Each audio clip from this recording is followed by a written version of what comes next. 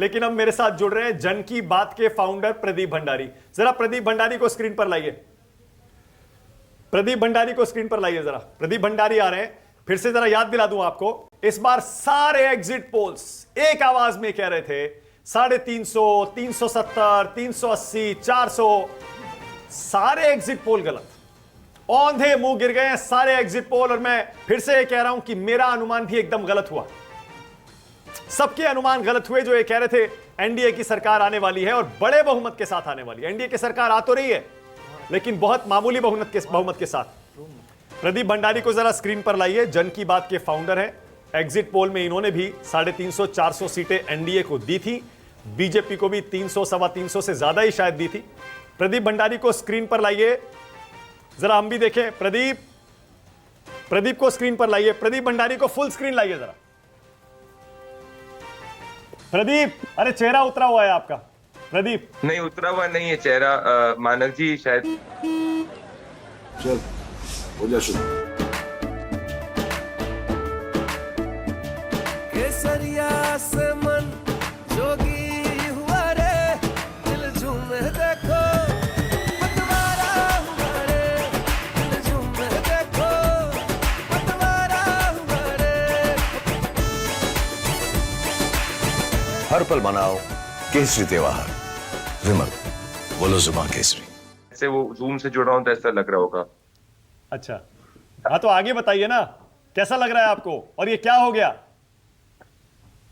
देखिए मानक जी मैं ये कहना चाहता हूं कि ये जो इस वक्त उत्तर प्रदेश के अंदर जो इस बार नतीजे आए हैं, ये ना मेरी और मेरी टीम ने इस नतीजों को पढ़ने के अंदर ग्राउंड के ऊपर चूक करी है, ये मानता हूं। अब अगर जिसको मैं रेट्रोस्पेक्ट के अंदर देखूंगा तो जैसे कि मैं आपसे कह रहा था कि दो नैरेटिव्स ग्राउंड पे चल रहे हैं, एक वेलफेयर और राष्ट्रीय नैरेटिव और कास्ट और कैंडिडेट का नैरेटिव। क्लियरली उत्तर प्रदेश के अंदर जो कास्ट और कैंडिडेट बेस्ड नैरेटिव है, जो एमपी लेवल की एंटी इनकम्बेंसी है, उसको हम लोग प्रोपोर्शनेटली एस्टिमेट नहीं, जितना प्रोपोर्शनेटली एस्टिमेट करना था उतना प्रोपोर्शनेटली एस्टिमेट नहीं कर पाए। और उसी के कारण जो है उत्तर प्रदेश के अंदर अगर आप देखेंगे अयोध्या की सीट भारतीय जनता पार्टी हार रही है। प्रदीप एक सेकंड। प्रदीप देखिए, आप कारण बता सकते हैं लेकिन मैं कम से कम पहले ये मान रहा हूं, और ये मुझे भी लगता है कि आपको भी मान लेना चाहिए, और आपको भी अपने करोड़ों दर्शक जो हैं जो एग्जिट पोल देखते हैं, क्या आप सबको भी एक बार खेद जताकर या माफी मांगकर अपना सिर झुकाना नहीं चाहिए? प्रदीप मानक जी, जैसे कि मैंने आपसे कहा कि जिस तरीके से जो एग्जिट पोल के नतीजे सही नहीं आए हैं, इसके बारे में काफी ज्यादा दुख है। और मैं देश की जनता को कहना चाहता हूं कि ये जो साइंटिफिक एरर हुआ है इसकी हम जांच करेंगे। मैं खुद जांच करूंगा। अब इस वक्त मैं अगर आपको मैं ये कहूं कि भाई ऑब्वियसली 100% इस वक्त जो दुख हो रहा है और काफी ज्यादा दुख हो रहा है, कोई भी व्यक्ति को अगर कोई भी चीज मान लीजिए सही अगर नहीं होती है, वो पूरा एफर्ट खून पसीने की मेहनत करता है और उसके बावजूद अगर वो मान लीजिए गलती होती है उसकी, ये पूरी टीम की और जितने भी यंगस्टर्स ने ग्राउंड पे ट्रैवल किया है, तो इसमें खुशी नहीं होती है। कोई जानबूझ के गलती नहीं करता है। प्रदीप, आपने अभी उत्तर प्रदेश, आपने यूपी का जिक्र किया, लेकिन भाई सिर्फ यूपी का मामला नहीं है। यहां तो कितने राज्यों में बीजेपी का सुपड़ा साफ हो गया या फिर उसका जो सीट थी वो आधी हो गई। सिर्फ यूपी नहीं है, इसका मतलब अक्रॉस द नेशन कोई तो ऐसा फैक्टर चल गया जिसने एग्जिट पोल्स को गलत कर दिया, सारे अनुमानों को गलत कर दिया। मानक जी, मेरे हिसाब से इसको दो भागों में बांटना चाहिए। एक जो भाग ऑफ राज्य है वो है उत्तर प्रदेश, महाराष्ट्र, बंगाल, हरियाणा, राजस्थान।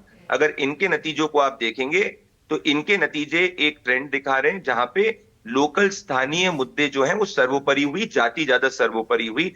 बाकी सबके अगर आप ट्रेंड्स एनालाइज करेंगे तो वो अराउंड द एक्सपेक्टेड लाइंस है। अब उत्तर प्रदेश की मैं बात इसीलिए कर रहा हूं मानक जी, क्योंकि उत्तर प्रदेश के अंदर 80 सीट है और उत्तर प्रदेश एक इंडिकेटर स्टेट है। और उत्तर प्रदेश में जो बहुजन समाजवादी पार्टी का जो वोट शिफ्ट हुआ है वो भारतीय जनता पार्टी को नहीं मिलके समाजवादी पार्टी को मिला है और उसका एक भारी नुकसान हुआ। और जब उत्तर प्रदेश के अंदर अगर ऐसा इंडिकेटर देखने को मिलता तो कोई भी जो है 272, 300 नहीं सोच सकता। अच्छा प्रदीप, पहली चीज इसलिए मैं उत्तर प्रदेश की बात कर रहा हूं। प्रदीप, अभी तो आने वाले कई हफ्तों, महीनों, सालों तक एग्जिट पोल्स पर डिबेट होगी। कुछ लोग अभी से कह रहे हैं एग्जिट पोल्स को बैन कर देना चाहिए। आपका रिएक्शन क्या है?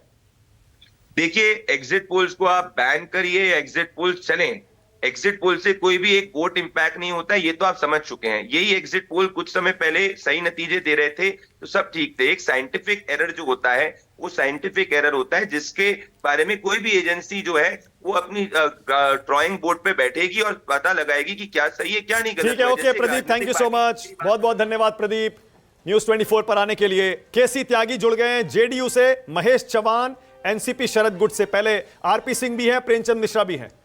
पहले जरा केसी त्यागी को लाइए।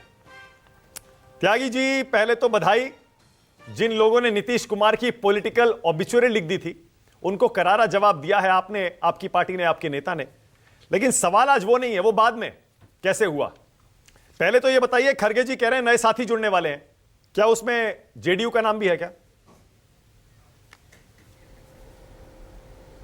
नहीं, मैं मानक जी मैं शुरू वहीं से करना चाहता हूं जो आप छेड़ना नहीं चाहते।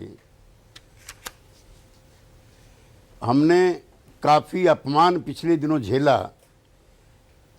तात्कालिक तौर पर एक दो बार नीतीश कुमार जी अस्वस्थ भी हुए, तो उनकी पॉलिटिकल भी और फिजिकल भी दोनों ऑबिचुअरी कुछ समाचार पत्रों ने भी लिख दी और कुछ पॉलिटिकल एक्टिविस्ट ने भी लिख दी। मुझे प्रसन्नता है आज हमारे नीतीश कुमार का जनता दल यू का नहीं, जो करोड़ों करोड़ों लोग जुड़े हुए हैं इस आंदोलन के साथ, पार्टी के नहीं आंदोलन के साथ, आज उनका हौसला बुलंद हुआ है।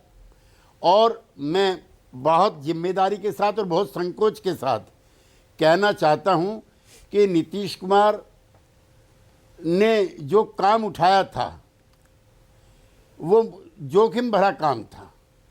कर्पूरी ठाकुर का, वीपी सिंह का अंजाम हम देख चुके थे, कैसे अपने जीवन काल में वो अपमानित हुए थे, और उसी सिलसिले को उन्होंने उठाया था जो संभ्रांत वर्ग के लोगों में अच्छा नहीं माना जाता है, जो यथास्थितिवाद है सोसाइटी का, वो बना रहे।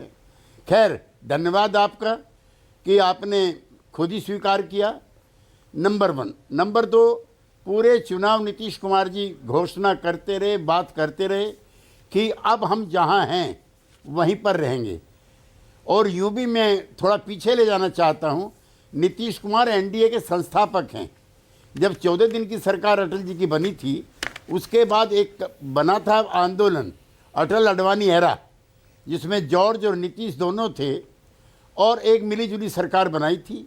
हमें प्रसन्नता है कि वो सिस्टम पुनः रिवाइव हो रहा है और हम सब लोग मिलकर के उस परंपरा को आगे बढ़ाएंगे।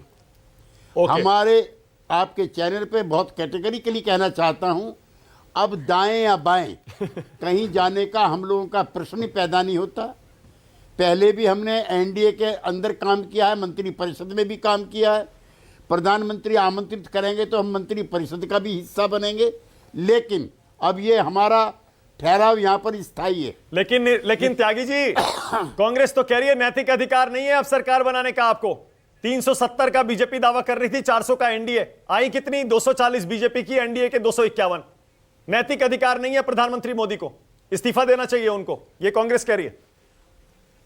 और कांग्रेस पार्टी 295 के लिए कह रही थी, उसके लिए किसका इस्तीफा मांगूं मैं? चुनाव में अपने कार्यकर्ताओं का मनोबल बढ़ाने के लिए, अपनी जनता के पेशेंस बिल्डअप करने के लिए सभी पॉलिटिकल पार्टी कहते हैं हम इतने बनाएंगे, हमारी सरकार बनेगी।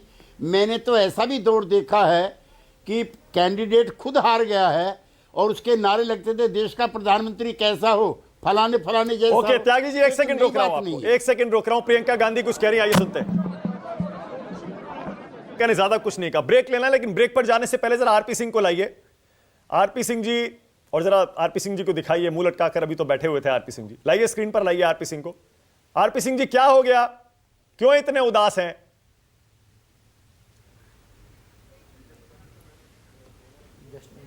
मुझे मालक समझ लगा आपने फेस रीडिंग का काम ले लिया क्या? मतलब एंकर के साथ साथ आप फेस रीडिंग भी करने लगे। अभी आप थोड़ी देर पहले कह रहे थे कि किसी और को कि कैसे मुंह है।